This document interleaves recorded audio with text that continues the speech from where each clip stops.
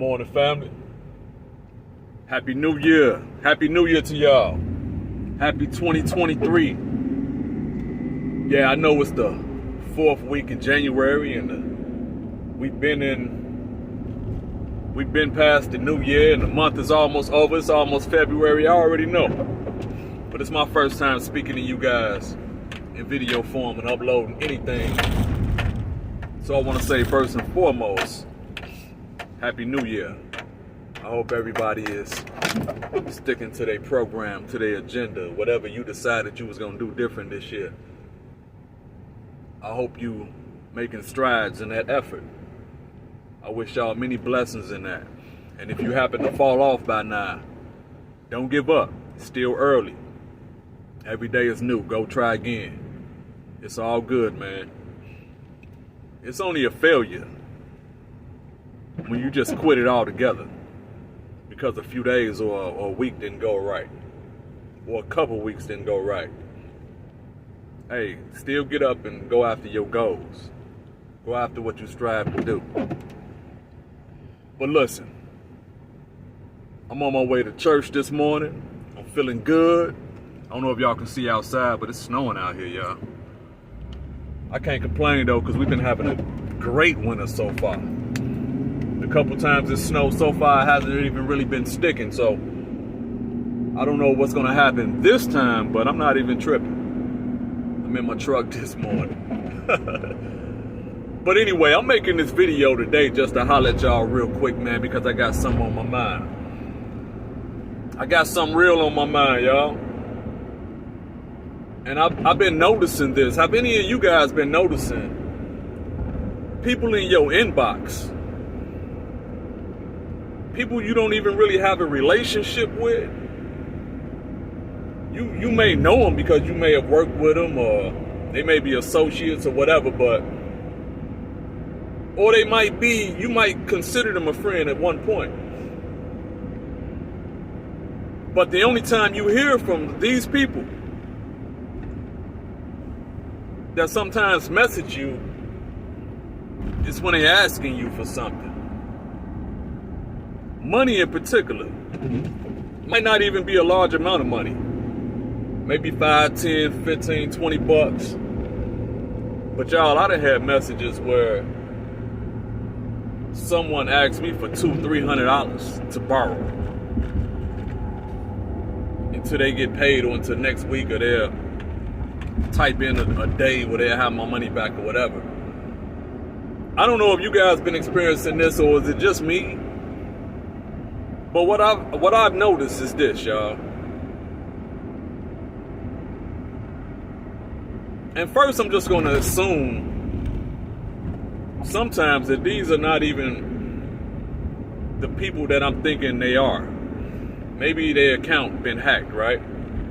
So I do give that benefit of a doubt. But what I've learned is this.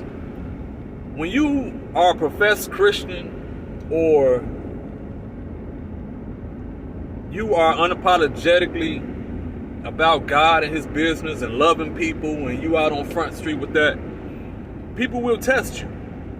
But that's why the words say test all spirits. Test all spirits, because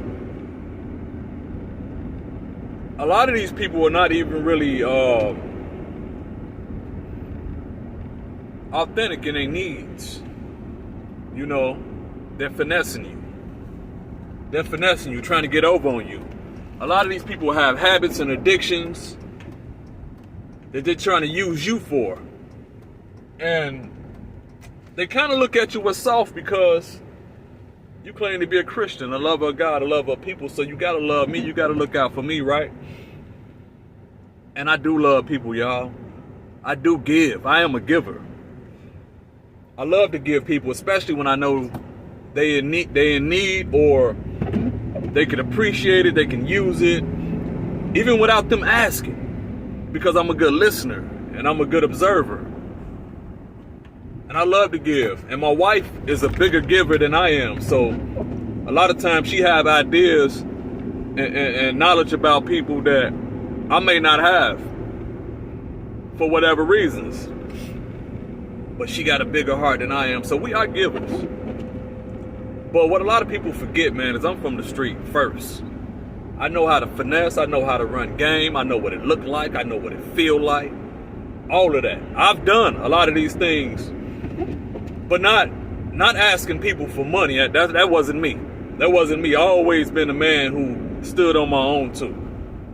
Always. I don't know. I think Jay-Z got a line where he say in one of his old albums, I'd rather tighten my belt before I ask for help. I know it's pride, man.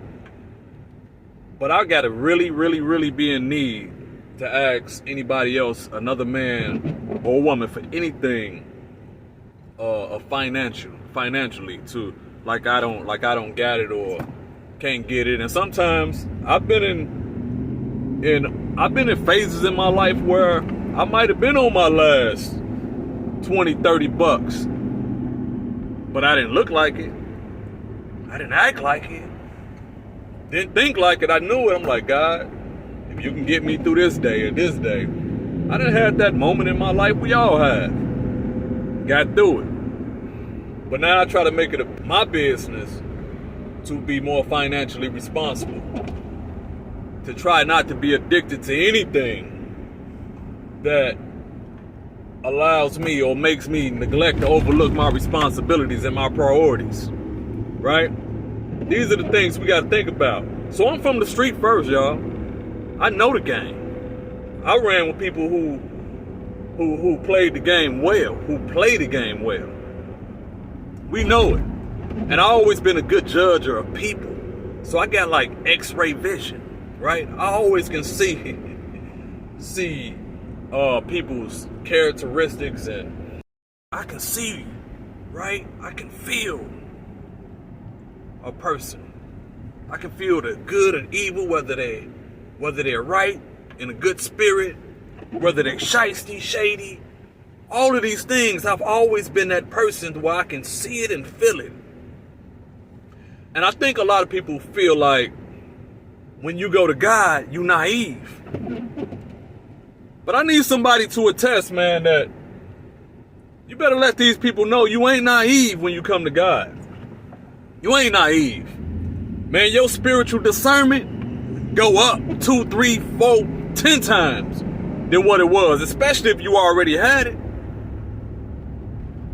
But people think they can get over on you because you're a believer in Christ, or you're a Christian, or you're a man of God or a woman of God. So they think you gullible. You know, they used to say things like, if you're scared, go to church. Like scared people go to church. Man, the real war is happening with church people. The real war is happening with people who are trying to do right and trying to live right and trying to leave evil behind. That's when the real war is happening. And you'll find that out once you come to God. You'll find out how real the devil is when you come to the Lord. That's something I really can't explain to you. You got to experience that and see that for yourself. You will get tested and tried all day.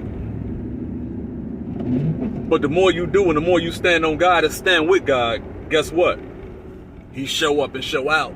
And it just continues to strengthen and build your faith. So people think you're weak, man. People think, they don't say it.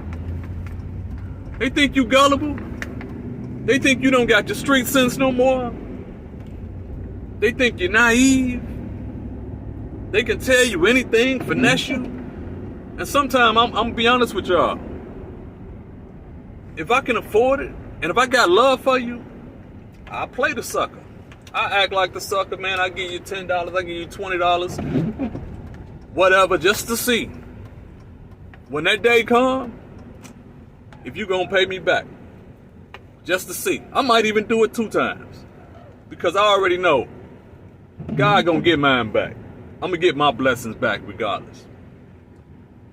But once you show me who you are, once you show me that you was trying to run game on me, I'm gonna tell y'all something about me, man. When I got love for you, when I consider you a friend, when I consider you family, when I call you family, you can call on me, ask me anything. I just ask you to be a man, a woman in your word. Stand on it. And if you can't do what you say you're gonna do, communicate that. That's all I ask, y'all.